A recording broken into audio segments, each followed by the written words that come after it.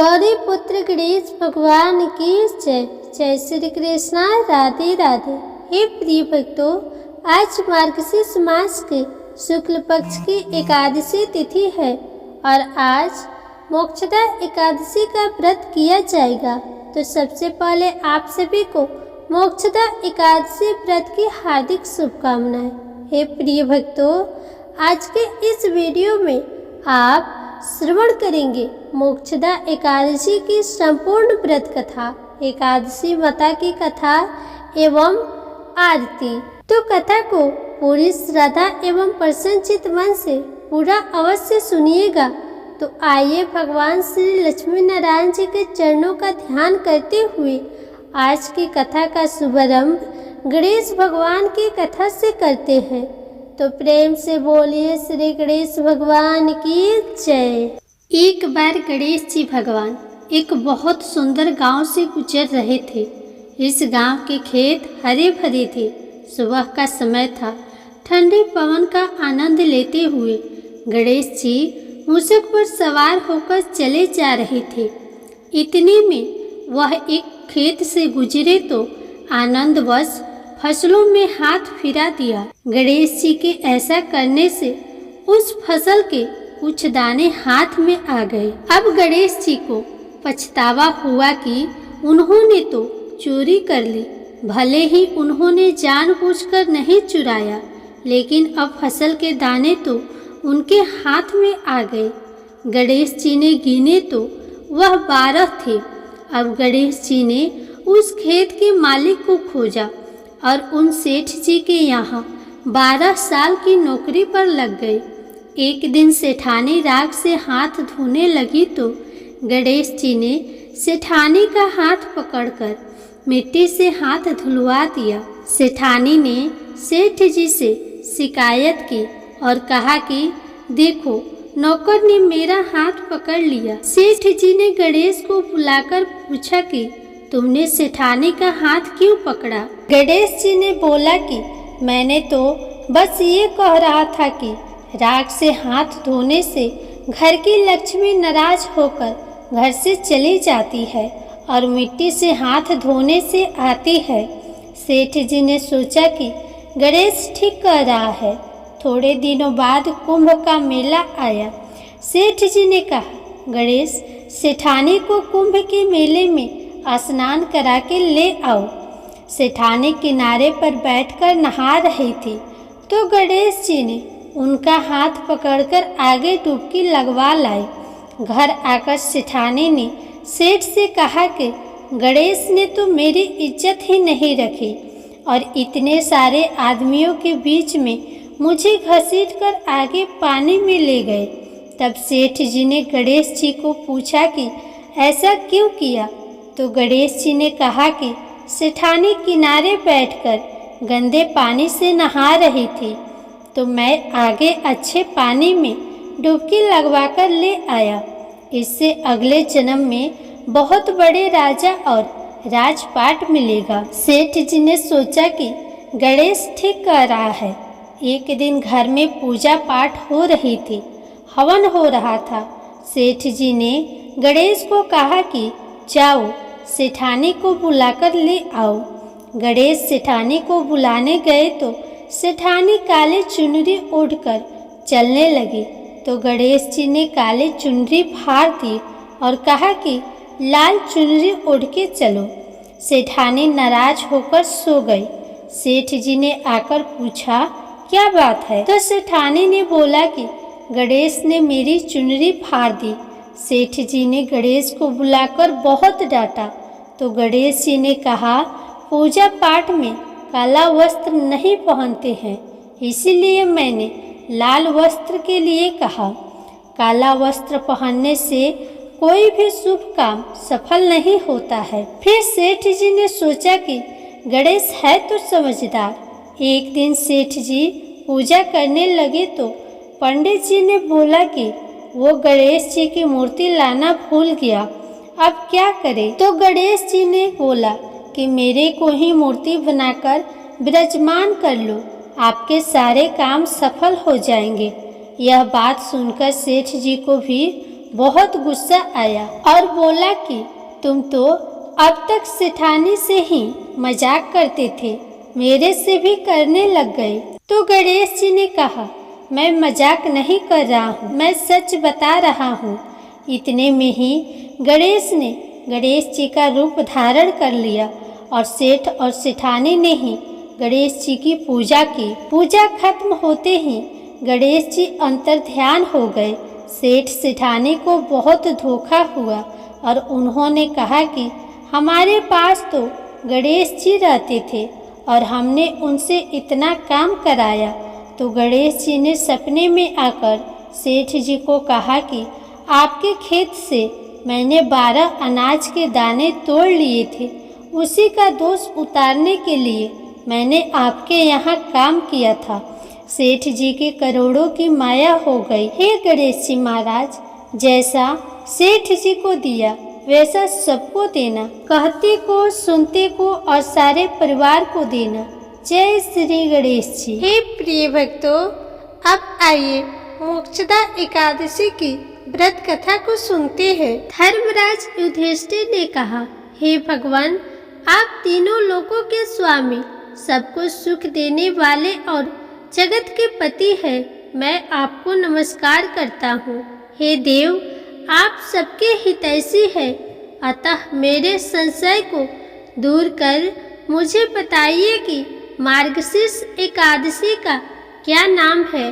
उस दिन कौन से देवता का पूजन किया जाता है और उसकी विधि क्या है, कृपा मुझे बताइए। भक्त वत्सल भगवान श्री कृष्ण कहने लगे कि धर्मराज, तुमने बड़े ही उत्तम प्रश्न किया है।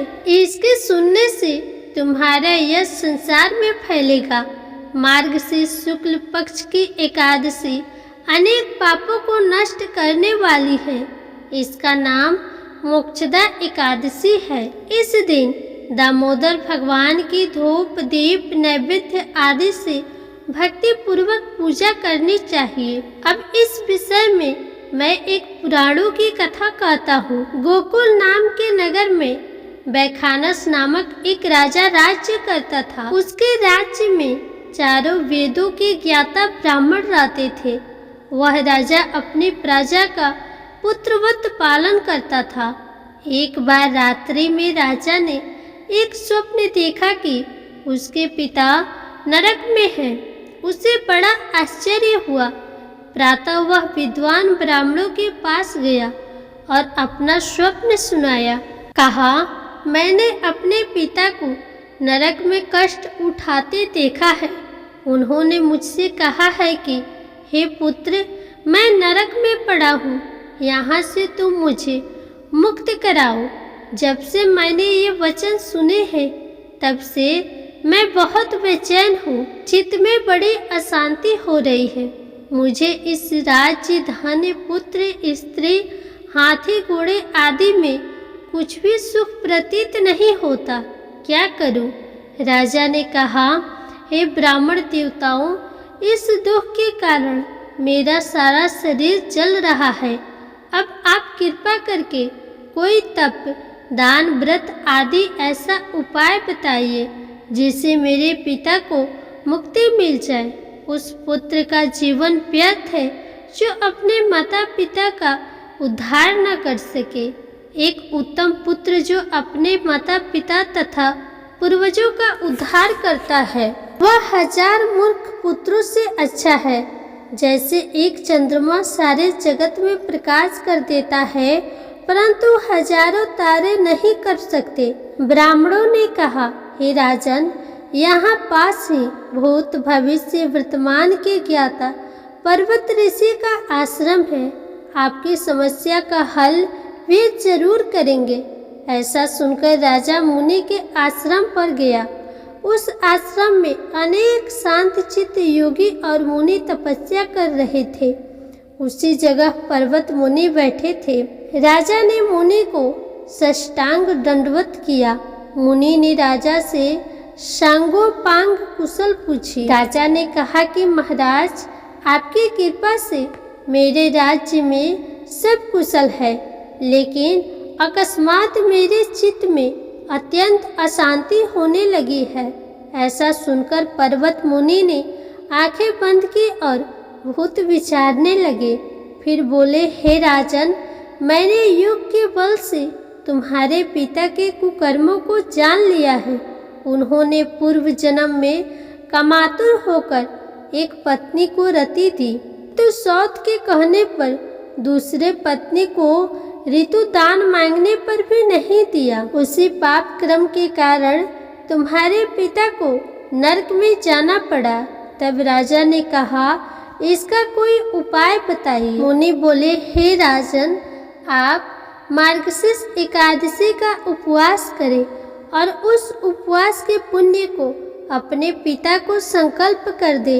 इसके प्रभाव से आपके पिता की अवश्य नरक से मुक्ति होगी। मुनि के ये वचन सुनकर राजा महल में आया और मुनि के कहने के अनुसार कुटुंब सहित मोक्षदा एकादशी का व्रत किया। इसके उपवास का पुण्य उसने पिता को अर्पण कर दिया। इसके प्रभाव से उसके पिता को मुक्ति मिल गई और स्वर्ग में जाते हुए वे पुत्र से कहने लगे, हे पुत्र, तेरा कल्याण हो। यह कहकर स्वर्ग चले गए। मार्गशीर्ष मास की शुक्ल पक्ष की एकादशी का जो व्रत करते हैं उनके समस्त पाप नष्ट हो जाते हैं। इस व्रत से बढ़कर मोक्ष देने वाला और कोई दूसरा व्रत नहीं है।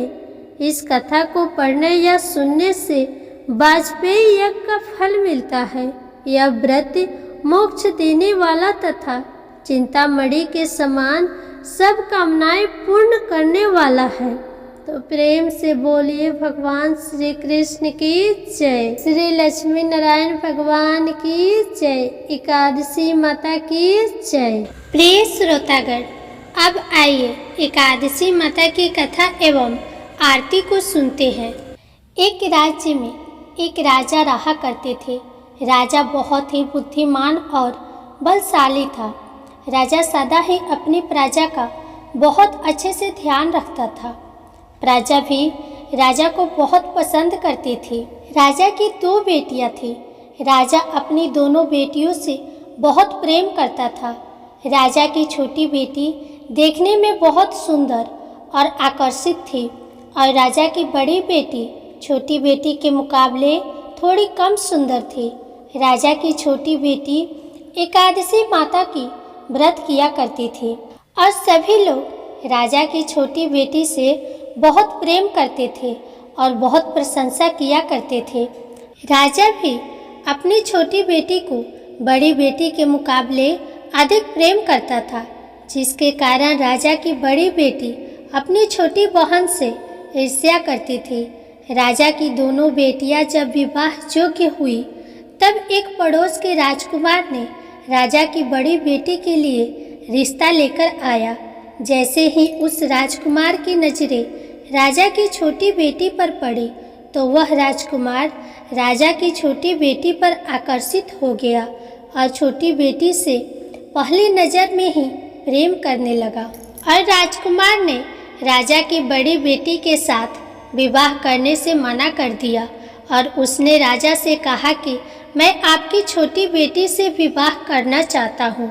ये सब देखकर राजा की बड़ी बेटी अपनी छोटी बहन से और अधिक ईर्ष्या करने लगी और राजा की बड़ी बेटी ने अपनी छोटी बहन को अपना सबसे बड़ा दुश्मन मान लिया और अपनी छोटी बहन से बदला लेने का निश्चय किया और उसे जान से मारने का उपाय सोचने लगी।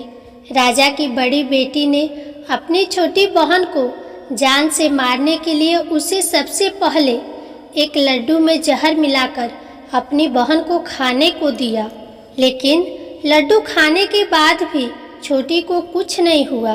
बड़ी बहन यह देखकर आश्चर्यचकित हो गई, लेकिन बड़ी बहन ने हार नहीं मानी।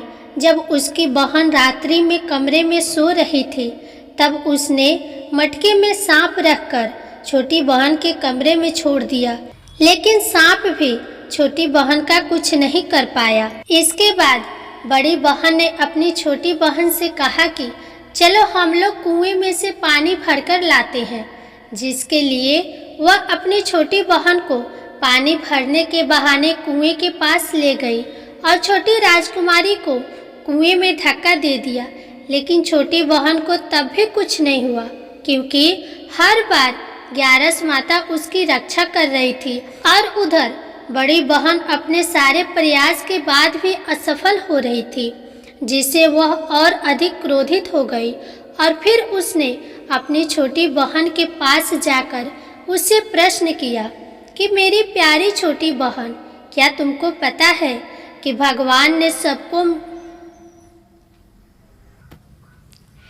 मेरी प्यारी छोटी बहन, क्या तुमको पता है कि भगवान ने सबकी मृत्यु एक निश्चित समय पर लिखी हुई है और कैसे तुम्हारी या मेरी मृत्यु होगी, क्या तुम जानती हो?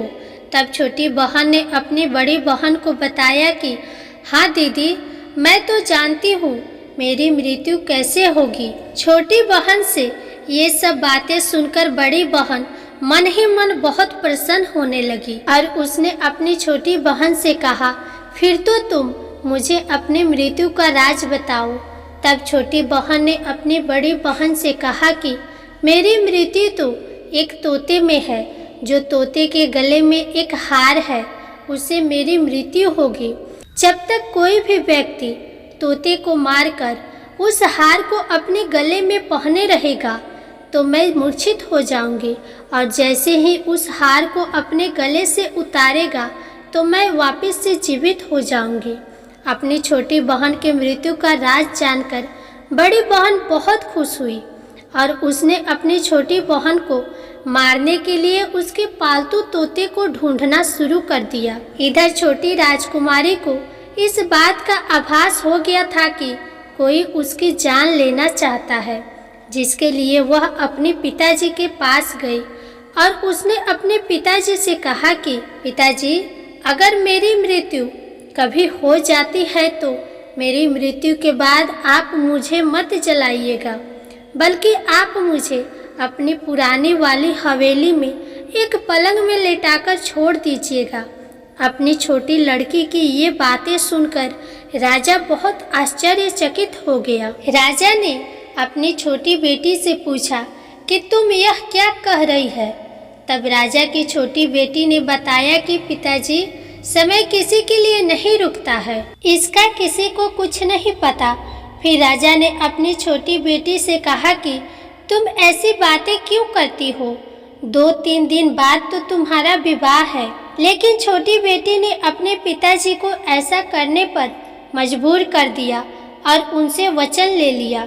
राजा ने भी अपनी छोटी बेटी की बात स्वीकार कर ली और 2-3 दिनों के बाद जब शादी का समय आया तब राजकुमार बारात लेकर राजा के घर आया और राजकुमार और राजा की छोटी बेटी का विवाह शुरू हो गया। ऐसे ही राजा की छोटी बेटी राजकुमार के साथ फेरे लेना शुरू की तो उसकी बड़ी बहन अपनी छोटी बहन के कमरे में जाकर उसके तोते को पकड़ लेती है और फिर उसको जान से मार देती है और तोते के गले में जो हार था उसको अपने गले में धारण कर लेती है।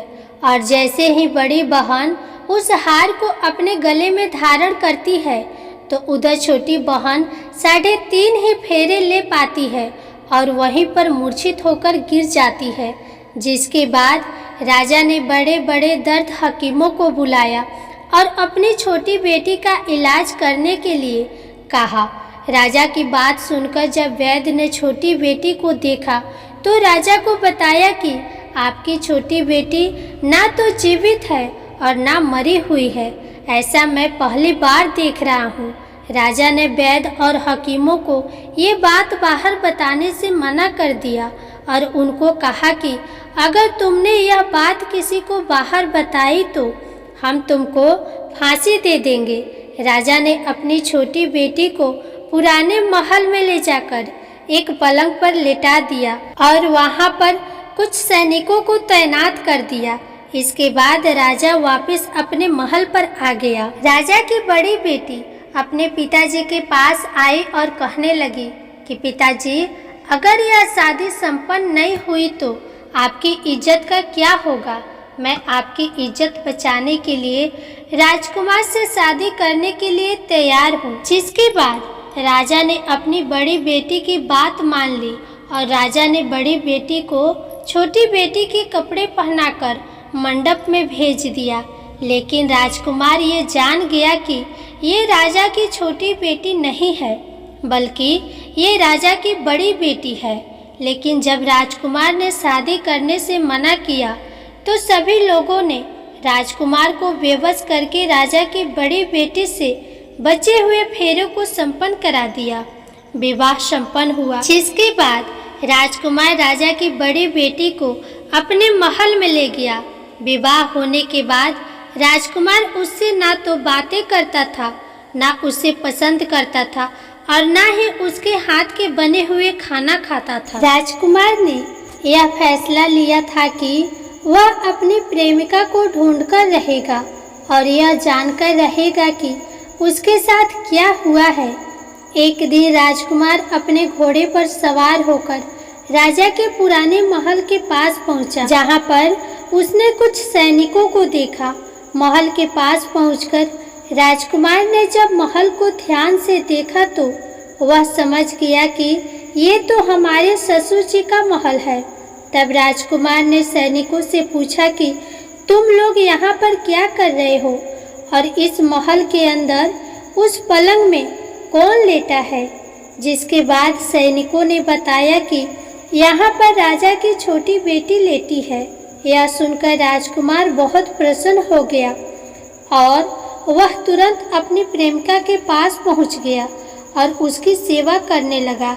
जैसे ही रात हुई तो राजा की छोटी बेटी उठकर खड़ी हो गई।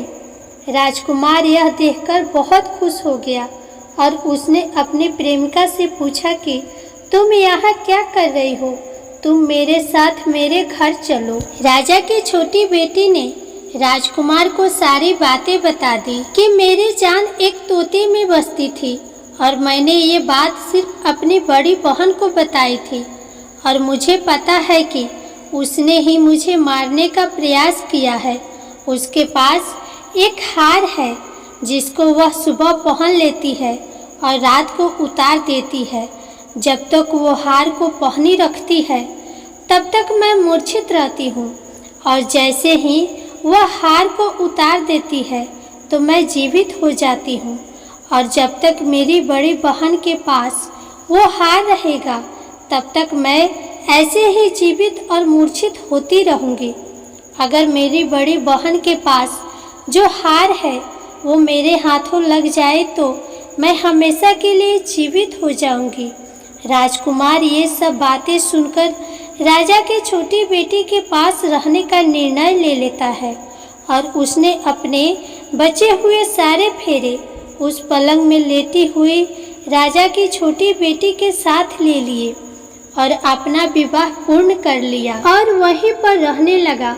देखते ही देखते कुछ समय में राजा की छोटी बेटी और राजकुमार की पत्नी गर्भवती हो गई। एक दिन राजकुमार को किसी काम से बाहर जाना पड़ा। तब छोटी राजकुमारी के पेट में बहुत तेज से दर्द होने लगा, जिसके बाद उसने एकादशी माता का आवाहन किया। जिसके बाद एकादशी माता प्रकट हुई और उन्होंने अपने भक्त के दर्द को दूर किया और एक पुत्र की प्राप्ति करवाई। और वहीं पर अचानक से राजकुमार भी आ गया।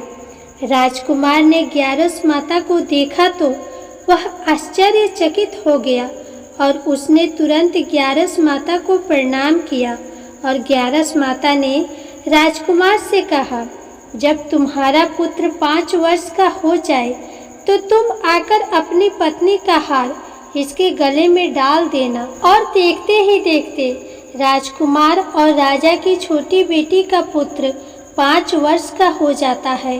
तो राजकुमार अपने बेटे से कहता है कि बेटा, मैं कुछ काम से बाहर जा रहा हूँ, तुम अपनी माता का ख्याल रखना। और वहाँ से चला जाता है।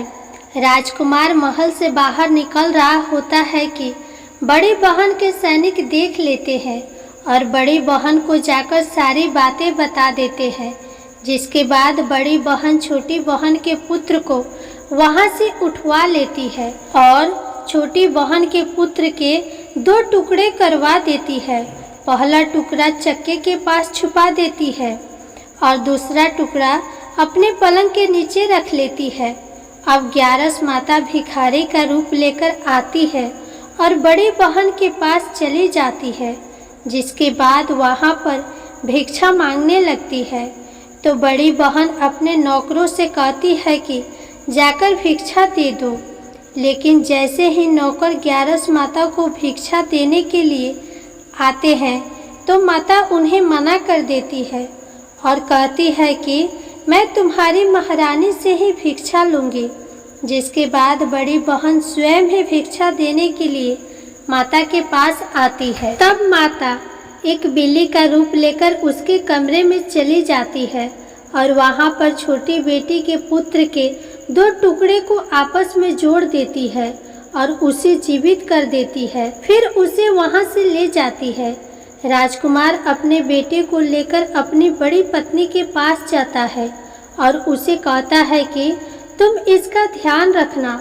अगर तुम इस बच्चे का अच्छे से ध्यान रखोगी तो मैं तुमसे बात करूँगा। एक दिन राजकुमार अपने बच्चे से कहता है कि तुम मम्मी से उनके गले का हार मांग लो। तो अपने पिता की बात मानकर राजकुमार का लड़का अपनी मम्मी के पास जाता है और कहता है, मम्मी मुझे तुम्हारा हार चाहिए। यह सुनकर पहले तो बड़ी बहन बहुत क्रोधित होती है, पर उसको यह याद आता है कि राजकुमार ने कहा था कि अगर मैं इस बच्चे का ध्यान अच्छे से रखूंगी तो वह मुझसे बात करेंगे, जिसके कारण वह हार उस बच्चे को दे देती है और वह तुरंत हार को ले जाकर अपने पिताजी को दे देता है। और तभी राजकुमार अपने बेटे को लेकर वहां से जाने लगता है और अपनी पत्नी से कहता है कि तुम हमारे लिए खाना बनाकर रखना, मैं शाम को आकर तुम्हारे साथ खाना खाऊंगा। और वह अपने बेटे को लेकर वहां से चला जाता है। जिसके बाद वह राजा के पास जाता है। जिसके बाद वह अपने ससुर राजा के पास जाता है और उनको सारी बातें बता देता है। राजा अपनी बड़ी बेटी की यह करतूत सुनकर बहुत क्रोधित होते हैं और अपनी परवरिश पर ही दोष देने लगते हैं और राजकुमार को अपनी छोटी बेटी के साथ रहने के लिए आदेश दे देते हैं। इस प्रकार 11 माता की कृपा से राजकुमार और राजा की छोटी बेटी सुखपूर्वक रहने लगते हैं। प्रेम से बोलिए एकादशी माता की जय। श्री लक्ष्मी नारायण भगवान की जय। तुलसी माता की जय। कथा के बाद अब आप आरती श्रवण कीजिए। ओम जय एकादशी जय एकादशी जय एकादशी माता, विष्णु पूजा व्रत को धारण कर शक्ति मुक्ति पाता। ओम जय एकादशी जय एकादशी जय एकादशी माता, विष्णु पूजा व्रत को धारण कर शक्ति मुक्ति पाता। तेरे नाम गिनाऊं देवी भक्ति प्रदान करनी, गढ़ गौरव की देनी माता शास्त्रों में वर्णी। ओम जय एकादशी माता, विष्णु पूजा व्रत को धारण कर शक्ति मुक्ति पाता। मार्गशीर्ष के कृष्ण पक्ष की उत्पन्ना विश्व तारिणी जन्मी, शुक्ल पक्ष में हुई मोक्षदा मुक्तिदाता बन आई। ओम जय एकादशी माता, विष्णु पूजा व्रत को धारण कर शक्ति मुक्ति पाता। पौष के कृष्ण पक्ष की सफला नामक है, शुक्ल पक्ष में होए पुत्रदा आनंद अधिक रहे। ओम जय एकादशी माता, विष्णु पूजा व्रत को धारण कर शक्ति मुक्ति पाता। नाम सट तीला माघ मास में पक्ष आवे, शुक्ल पक्ष में जया कहावे, विजय सदा पावे। ओम जय एकादशी माता, विष्णु पूजा व्रत को धारण कर शक्ति मुक्ति पाता। चैत्र शुक्ल में नाम कामदा धन देने वाली, नाम वरुथनी कृष्ण पक्ष में वैशाख माह वाली। ओम जय एकादशी माता, विष्णु पूजा व्रत को धारण कर शक्ति मुक्ति पाता। शुक्ल पक्ष में होए मोहिनी, अपरा ज्येष्ठ कृष्ण पक्षी, नाम निर्जला सब सुख करनी, शुक्ल पक्ष रखी। ओम जय एकादशी माता, विष्णु पूजा व्रत को धारण कर शक्ति मुक्ति पाता। जोगिनी नाम आषाढ़ में जानो, कृष्ण पक्ष करनी, देव शैनी नाम कहायो, शुक्ल पक्ष धरनी। ओम जय एकादशी माता, विष्णु पूजा व्रत को धारण कर शक्ति मुक्ति पाता। कामिका श्रावण मास में आवे, कृष्ण पक्ष कहिए, श्रावण शुक्ल होए पवित्र, आनंद से रहिए। ओम जय एकादशी माता, विष्णु पूजा व्रत को धारण कर शक्ति मुक्ति पाता। अजा भाद्रपद कृष्ण पक्ष की परिवर्तिनी शुक्ला, इंद्र आश्विन कृष्ण पक्ष में व्रत से भव सागर निकला। ओम जय एकादशी एकादशी माता, विष्णु पूजा व्रत को धारण कर शक्ति मुक्ति पाता। पाप कौन सा है शुक्ल पक्ष में आप हरनहारी, रमा मास कार्तिक में आवे सुखदायक भारी। ओम जय एकादशी माता, विष्णु पूजा व्रत को धारण कर शक्ति मुक्ति पाता। देव उठाने शुक्ल पक्ष की दुख नाशक मैया, पावन मास में करो विनती पार करो नैया। ओम जय एकादशी माता, विष्णु पूजा व्रत को धारण कर शक्ति मुक्ति पाता। परमा कृष्ण पक्ष में होती जन मंगल करनी, शुक्ल मास में होए पद्मिनी दुख दारिद्र हरनी। ओम जय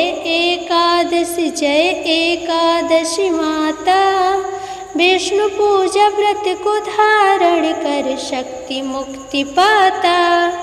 जो कोई आरती एकादशी की भक्ति सहित गावे, जन गुरु दीता स्वर्ग का वासा निश्चय वह पावे। ओम जय एकादशी जय एकादशी माता, विष्णु पूजा व्रत को धारण कर शक्ति मुक्ति पाता। जय एकादशी माता, क्यारस माता की जय।